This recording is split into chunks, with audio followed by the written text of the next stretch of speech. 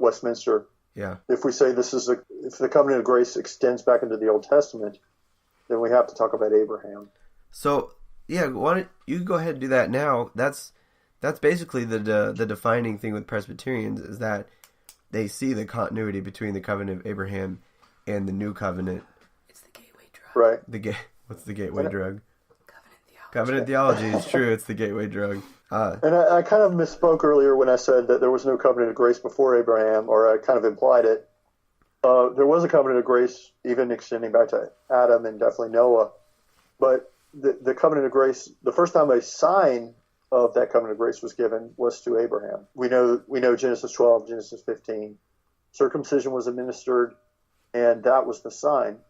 So we as Presbyterians say that in the new covenant, that covenant of grace extends into the New Testament, and there's the sign in the case of the Old Testament, the Old Covenant, was circumcision is replaced by baptism. So it's kind of a one for one, and that's really the crux of the debate between our Paedobaptist and Credobaptist friends, or Credobaptist friends, I should say, for me, speaking as a Paedobaptist. Yeah. That's the crux of the issue. Is circumcision analogous to baptism as we move from the Old to the New Testament? And I believe that it is. And I believe that Paul teaches that in Colossians chapter 2. Yeah, that's a big part of the argument. So this is Colossians chapter 2, verse 10. And you have been filled in him who is the head of all rule and authority. In him also you were circumcised with a circumcision made without hands, by putting off the body of the flesh by the circumcision of Christ, having been buried with him in baptism. So all of a sudden, Paul goes from circumcision to baptism. Yeah. All in one sentence, I think. So the second verse is verse 12 that I've just moved into. But he says, having been buried with him in baptism, in which you were also raised with him through faith in the powerful working of God, and raised him from the dead. So what Paul seems to be doing here, and this isn't the place to do maybe a detailed exegesis of this passage, but what Paul seems to be saying in Colossians chapter 2, verses 10 through 12, is that circumcision and baptism are essentially the same. Showing that baptism in the new covenant replaces circumcision, or is analogous, like you said, to circumcision in the Abrahamic covenant. And I remember that being huge for me, because often I say, no, it wasn't, because it's a different covenant. So the Reformed Baptist view, and you can help me define this better, I know you came from a Baptist background, would say that there is not continuity between the covenants, that they are separate covenants, and in each covenant, God revealed more and more parts of the new covenant, basically, or more aspects of the new covenant. So then when the new covenant was established, it's this whole new thing, and the New Testament basically tells us what it is. We really shouldn't be drawing from the Abrahamic covenant or trying to recognize a continuity. Would you add anything to that as far as how the Reformed Baptists would say that circumcision's not analogous to baptism? Everything you said is part and parcel of the Reformed Baptist view, and I think it holds true unless there is a book in the Bible called Galatians. Tell you, that's what got me too. Go ahead. Where Paul tells us very clearly that Abraham was saved by faith, and so there's that covenant of grace extending all the way back to Abraham. You know, Baptists and Presbyterians agree that the sign of the new covenant is baptism, and the sign of the old covenant was circumcision. Yeah. So all we're saying is that continuity that we say is reflected in the baptism of infants, adults, adult believers, and their infant children.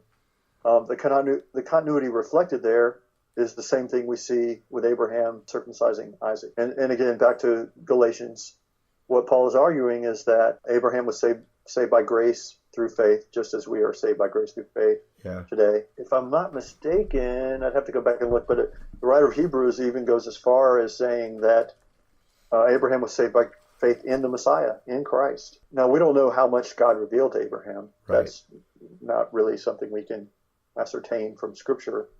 But we know that he believed in God's promise. And that's the bottom line.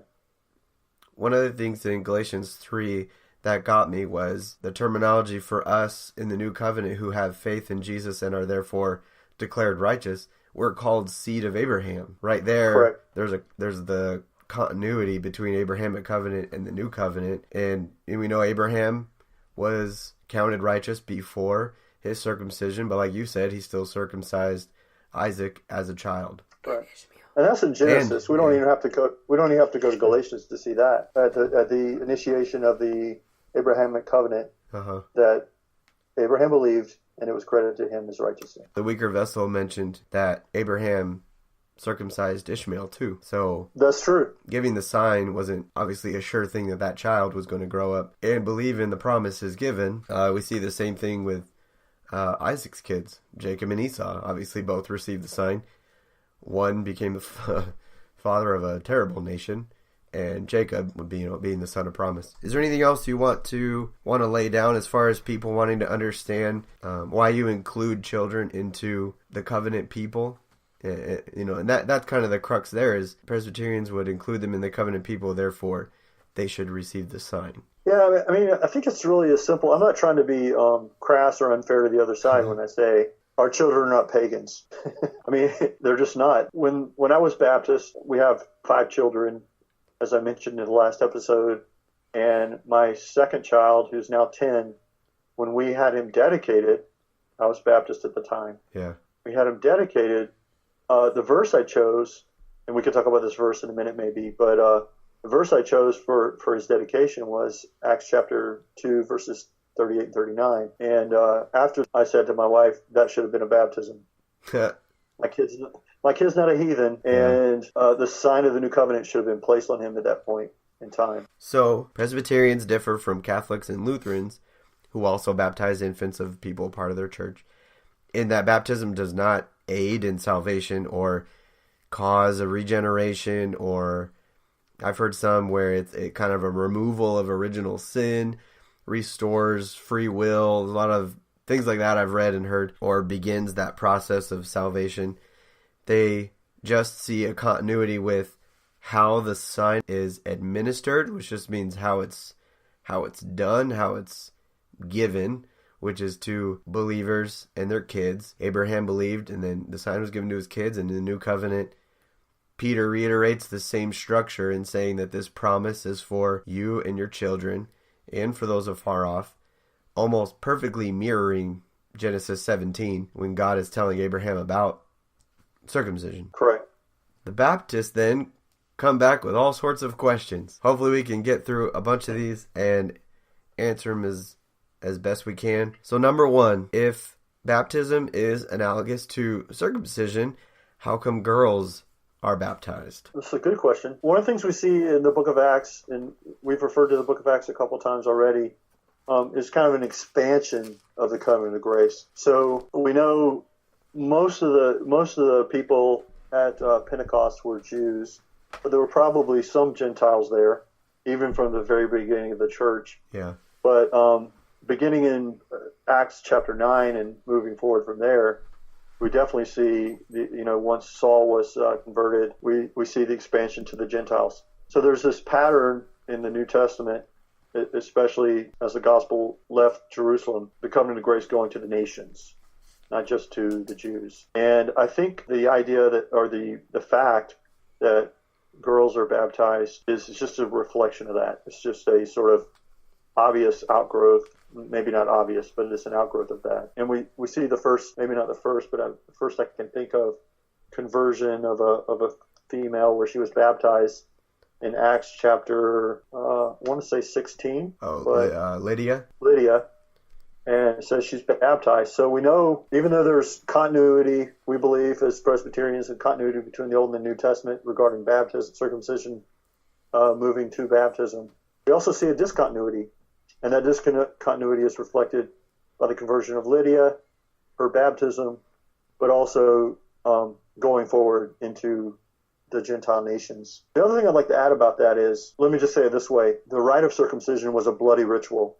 What did Moses' wife, what was her name? Zipporah. What was Moses?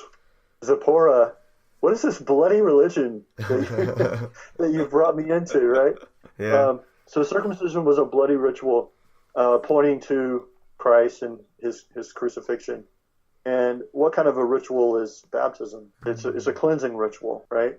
Because it's a cleansing ritual, it's not a bloody ritual. Those are a couple considerations to think of. Two things that I think I've heard in just all the studying I've tried to do in the last few months on this. To that question, one was pointing to the Joel prophecy that Peter quoted, and how obviously this expansion terminology is used even in the prophecy. And Peter quoting Joel says, "In the last days it shall be, God declares," this is Acts 2 verse 17 and following, "that I will pour out my spirit on all flesh, on your sons and your daughters shall prophesy, and your young men shall see visions, your old men," and it goes on. And so even right there is the expansion to, boys and girls are included in this this thing of the Spirit falling, and with baptism being a sign of the Spirit's washing of regeneration and indwelling, which is Christ's new covenant terminology. It would make sense to do the girls too, if it's absolutely. The other thing I think I heard somewhere was that boys were circumcised, which is, like you said, it was a bloody thing.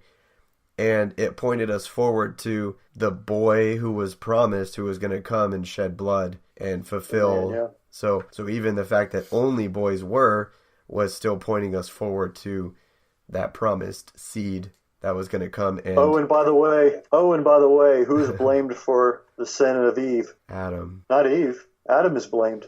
Yeah. So it is the man Adam who bears the blame for the sin of both Adam and Eve, and as such, Adam receives the boy sons of Adam receive the circumcision as a rite, as a ritual, pointing to the necessary blood sacrifice to come. There you go. That's good. Never heard that before. Me neither. I just thought of it. What are your thoughts about believers' baptism when an adult was baptized as an infant? I've seen that happen where people have requested to be baptized as an adult when they've been baptized as an infant. I think generally speaking that adults who believe that they have to be baptized as an adult, because I think what you're saying is for those adults, their baptism doesn't have the significance that they wish that it would have. Is that what you're getting at? I think those adults have a misunderstanding of what baptism is.